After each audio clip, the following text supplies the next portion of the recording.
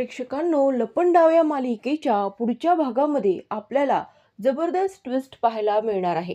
जे सत्य सरकार सर्वांपासून लपवत होती ते सत्य सरकार स्वतःहून सर्वांसमोर आणते. कारण की आता हीच वेळ आहे असं म्हणत सरकार ही मात्र सर्वांसमोर येते. परंतु जेव्हा सखी सरकारला पाहते तेव्हा सखीला सुद्धा धक्का बसतो. आणि आता मात्र मालिका खूपच इंटरेस्टिंग होत जाणार आहे. कारण की आता सखी ही मात्र सरकारला कानासोबत उभं राहून टक्कर देणार आहे. आणि यामध्ये जे सरकारचे हाल होणार आहे ते मात्र सरकार सहन करू शकणार नाही हे सुद्धा आपल्याला पाहायला मिळणार आहे. कारण की आता सखी ही कानासोबत उभी आहे. प्रेक्षकांनो, काना हा सखीला आता त्याच्या घरी घेऊन जाईल का? आणि तसेच आपण पाहतो की सखी स्वतःचं अस्तित्व निर्माण करण्यासाठी जी धडपड करतीये त्यामध्ये तेजस्विनी कामत आणि राघव कामत या दोघांची साथ सखीला मिळेल का? कारण की मालिकेत आपण एक ट्विस्ट पाहणार आहोत की आता राघव आणि त्याचबरोबर तेजस्विनी कामत हे दोघे जण सुद्धा सखी आणि कानासमोर उभं राहणार आहेत. आणि इकडे मात्र सरकारचा अस्त होणार आहे. कारण की सरकार ज्या गोष्टीसाठी स्वतःचं अस्तित्व टिकून होती, ज्या प्रॉपर्टीसाठी तिने अनेकांचे बळी घेतले होते, ती प्रॉपर्टी तिच्या हातातून निसटून जाते की काय असे तिला स्वप्न पडू लागतात. कारण की जी गोष्ट ती स्वतःला समजवत असते की राघव सुद्धा जिवंत नाहीये आणि ती तेजस्विनी सुद्धा. आणि आपण पाहतो की इकडे तेजस्विनी जिवंत आहे आणि त्याचबरोबर आता तेजस्विनी समोर तिचा नवरा म्हणजे राघव कामत हा येणार आहे. हे आपल्याला पुढील भागात प्रेक्षकांनो पाहायला मिळेलच. परंतु लपंडाव या मालिकेच्या लेटेस्ट ट्विस्ट आणि टर्नसाठी चॅनलला सबस्क्राईब करणं मात्र विसरू नका. प्रेक्षकांनो, हे माझं नवीन चॅनल आहे, त्यामुळे तुमचा सपोर्ट हा माझ्यासाठी खूप महत्त्वाचा आहे. त्यामुळे चॅनलला सबस्क्राईब करणं विसरू नका. तर आपण पाहतोय की आता सखी समोर सरकारचं सत्य आलेलं आहे. आणि त्यानंतर ज्या गोष्टी घडतायत त्यानंतर मात्र सरकार ही सखीला चॅलेंज करताना दिसून येते. ती म्हणते की तुझ्याकडे काय आहे? तू आता फक्त भीक मागू शकतेस. तुझ्याकडे स्वतःचं असं काहीच नाहीये. माझ्याकडे गाडी आहे, बंगला आहे, नोकर चाकर आहेत, माझं अलिशान वैभव आहे. कारण की आपण पाहतो की जेव्हा सरकारचा खरा चेहरा हा मात्र जेव्हा सखी समोर आलेला, जेव्हा तिला समजलेलं की ही आपली आई नाहीये आणि त्यानंतर मात्र जी अवस्था सखीने सरकारची केलेली होती, त्यानंतर सखीने सरकारला भासवून दिलं होतं, तुझी किंमत फक्त आता 1.5 कवडीची आहे आणि त्यामुळे तुझं अस्तित्व पूर्णपणे संपलंय. तुझ्या गोष्टीसाठी माझ्या आईला वेठीस धरलंस, माझ्या बाबांचा तू खून केलास आणि हे सगळं करून आपण पाहतो की सखी सांगत असते या वैभवावर मात्र तुझा अधिकार नाहीये. मित्रांनो, हे सुख मात्र सखीचं क्षणिक असतं आणि त्यानंतर पुन्हा सरकार सखीच्या आयुष्यात येते. परंतु तेव्हा सखीला माहीत नसतं. परंतु सरकार मात्र सखीचा शब्द विसरलेली नसते. आणि जेव्हा आज सखी ही सरकार पुढे उभी असते तेव्हा मात्र सरकार सखीला सांगत असते की तुला फक्त आता भीकच मागावी लागेल, तुझ्याकडे काहीच नाहीये. त्यानंतर मात्र सखी म्हणते की मी राघव कामतची मुलगी आहे, तेजस्विनी कामतची मुलगी आहे आणि शून्यातून विश्व कसं निर्माण करायचं हे मला चांगलंच माहिती आहे. कष्टाची किंमत काय असते हे तुला काय कळणार आहे? तुझ्यासारख्या माजुरड्या बाईला फक्त दुसऱ्याच्या संपत्तीवर, दुसऱ्याच्या जीवावर जगण्याची सवय आहे. आणि त्यानंतर आपण पाहतो की सरकारच्या प्रत्येक शब्दाला सखीकडे उत्तर असतं. कारण की सखीचा आत्मविश्वास हा हरलेला नाहीये. जरी सखी तिच्या आईच्या प्रेमाला मुकली असली तरीही आता मात्र सखीला पुढे काय करायचं आहे हे ठामपणे माहीत आहे. त्या सरकारला संपवायचं आहे, ज्या सरकारने माझ्या आयुष्यात असणारं सुख हिरावून घेतलं.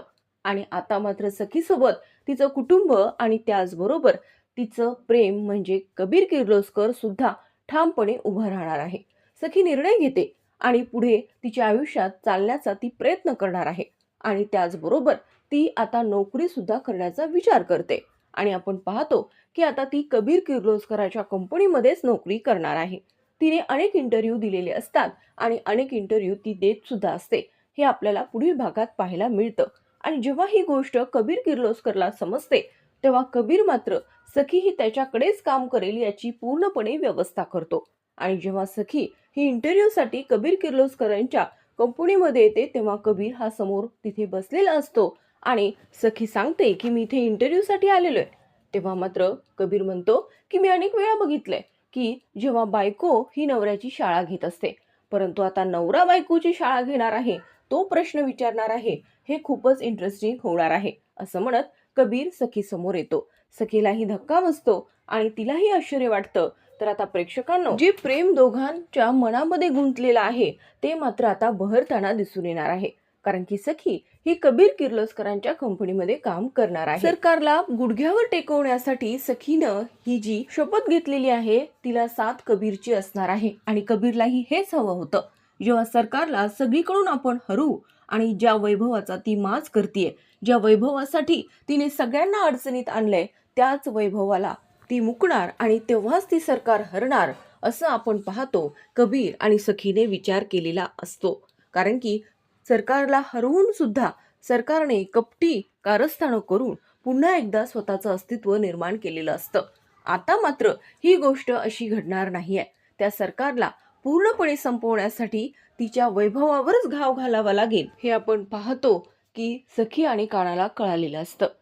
काळाने खूप जास्त प्रयत्न केले सखी समोर सत्य आणण्याचा, परंतु आईच्या प्रेमात गुंतलेली सखी ही कानाच्या प्रत्येक गोष्टीवर अविश्वास दाखवते. काना सांगतो की समीरला सुद्धा सरकारनेच किरण आणि जान्हवीला किडनॅप करायला सांगितलं. तेव्हा सुद्धा परसू काका म्हणतात की नाही, तू याला सुद्धा पैसे देऊ शकतोस, आणि सखी सुद्धा म्हणते की हो नक्कीच तू हे करू शकतोस. त्यानंतर काना समीरला तिथून जायला सांगतो. त्यानंतर मात्र जो मोठा पुरावा असतो, जो गौतम काकाने मिळवलेला असतो, सरकारच्या रूम मधला जो लॅपटॉप, त्यामधला रेकॉर्डिंग, हे सगळं काही गौतमच्या हाती लागतं आणि ते सुद्धा सांगण्याचा प्रयत्न सखीला होत असतो. परंतु त्यावर सुद्धा सखी म्हणते की हे AI जनरेटेड असू शकतं, तुझ्याकडे एवढा पैसा आहे आणि त्यातून हे तू करू शकतोस, आणि यामध्ये मी माझ्या आईवर अविश्वास दाखवू शकत नाही. त्याचबरोबर आपण पाहतो की हे सगळं घडून आणत असताना काना सखीला सांगतो, बरं ठीक आहे, हे जर तुला खोटं वाटत असेल तर सरकार जेव्हा या घरात नव्हती तेव्हा तुझी आई आणि तूच या घरात होतात. तेव्हा मला सांग, जर तेव्हा तुझ्या आईसोबत घालवलेल्या क्षणापैकी एखादा प्रश्न तू सरकारला विचारून बघ, देता येतं का त्यांना उत्तर. परंतु याची सुद्धा सोय ही नंदाकाने केलेली असते, कारण की नंदाकाने बरोबर कानाची हुशारी ओळखलेली असते. 100 लांडगे मरतील त्यानंतर कानाचा जन्म होईल, इतका धूर्त आणि कपटी तो आहे. तो नक्कीच तुझं सत्य समोर आणण्याचा प्रयत्न सतत करत राहणार. कोणकोणते डाव तो सखी समोर मांडत राहणार. आणि यामध्ये मात्र जेव्हा तू या घरात नव्हतीस तेव्हा ती तेजस्विनी या घरात होती, आणि त्याचबरोबर तेजस्विनी आणि सखीमध्ये जे काही घडलंय हे तुला माहितीये का. आणि यावरून आपण पाहतो की सरकार सांगते की बरं ठीक आहे, मग तू हे काम कर आणि सखीला प्रश्न विचार, काय घडलं होतं, कसं घडलं होतं, हे सगळं काही तू जाणून घे. आणि यानंतर आपण पाहतो की जेव्हा सखी कानाच्या सांगण्यावरून सरकारला प्रश्न करते की रामनवमीच्या दिवशी आपण काय बनवलं होतं, तू मला काय बनवायचं शिकवलं होतं, आणि तेव्हा नंदाकाच्या माहितीनुसार आता सरकारकडे उत्तर असतं आणि ती सांगते मोदक. आणि त्याचबरोबर त्याची रेसिपी सुद्धा आपण पाहतो की सरकार व्यवस्थितपणे सखीला सांगते.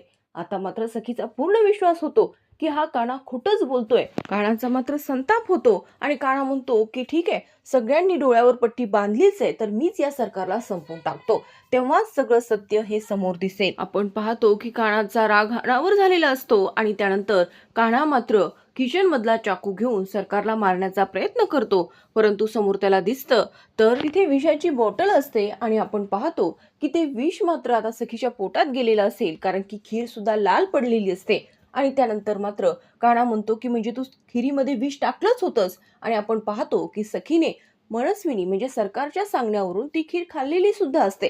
तुझ्या वडिलांसाठी हा मी प्रसाद बनवलेला होता आणि त्यामुळे तुला हा खावा लागेल. आणि सखीने ती खीर खाल्लेली असते आणि आता इकडे कानाला समजलंय की सखीच्या पोटात विष आहे. आणि याचा जाब मात्र आपण पाहतो की तेव्हा कान्हा हा सरकारला विचारत असतो. कानाने सरकारचा गळा धरलेला असतो. का असं केलंस तू, सांग, केलेस ना तू, मान्य कर की तू सरकार आहेस, इतका लपंडाव तू खेळू नकोस, असं मात्र काना सरकारला म्हणत असतो.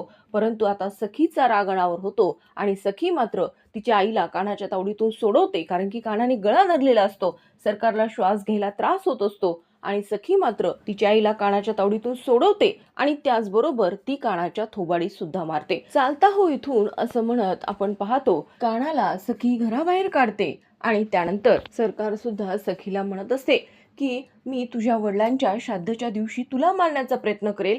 खरंच सखी तुला असं वाटतं का. सखी म्हणते की नाही, असं काही नाही आई, तू असं समजू नकोस, माझा तुझ्यावर खूप विश्वास आहे. इकडे मात्र आपण पाहतो की परसू आणि मीनाक्षी मात्र कानावर अविश्वास दाखवतात. काना म्हणत असतो की इतके तुम्ही डोळे आंधळे कसे करू शकता, इतका विश्वास या सरकारवर कसा ठेवू शकता, तुम्ही डोळ्यावर पट्टी बांधलेली आहे, मी काढण्याचा प्रयत्न करतोय, तुम्ही माझ्यावर विश्वास ठेवा. परंतु तरी सुद्धा परसू आणि त्याचबरोबर मीनाक्षी हे कानालाच बोलत असतात. आणि त्याबरोबर सखी सुद्धा आता गौतम काकाला म्हणत असते, काका तू चुकीचं करतोय, एवढं सगळं घडून सुद्धा तू त्या कबीर किर्लोस्करला साथ देतोयस, हे तुझं चुकत नाहीये का? तेव्हा गौतम काहीच बोलू शकत नाही, कारण की कानाच्या बोलण्यावर सखीचा विश्वासच बसत नसतो. आणि तिने आता कानाला घराबाहेर सुद्धा काढलेलं असतं. ती तिच्या आईला सांगते की आई तू रूम मध्ये जाऊन आराम कर. आता मात्र सरकारला ही संधी मिळालेली असते आणि सरकार म्हणते की आता बस झालं, आजचा दिवस हा शेवटचा होता तेजस्विनी कामत बनून जगण्याचा. आता मात्र जे सत्य समोर येईल ते सगळ्यांनाच हादरवेल आणि ते सगळं मला पाहायचं आहे. आता हीच वेळ आहे, मनस्विनी तयार हो. आणि आपण पाहतो की जेव्हा सरकार रूम मध्ये जाते तेव्हा तिने दरवाजा बंद केलेला असतो आणि त्यानंतर मात्र ती सरकारच्या रूपात समोर बसलेली असते.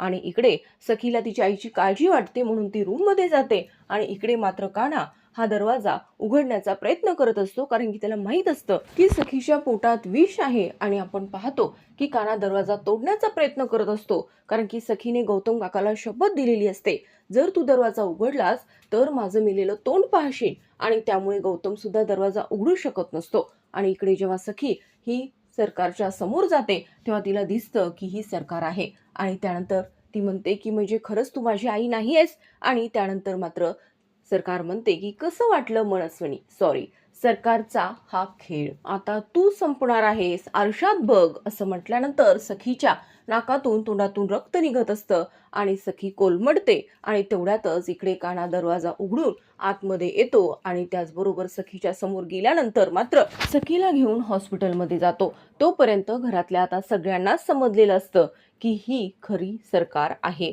परंतु यानंतर मीनाक्षी आणि परसूला मात्र भीती वाटत असते की आपण तर त्या सरकारला किती काही बोललो, तिच्या समोरच आपण तिला शिव्या दिल्या, आता ती आपल्याला सोडणार नाही. परंतु मीनाक्षी म्हणते की नाही, आता घाबरायचं नाही, तिला तिची लायकी दाखवून द्यायचीच, तिला घरात राहण्याचा काहीच अधिकार नाहीये.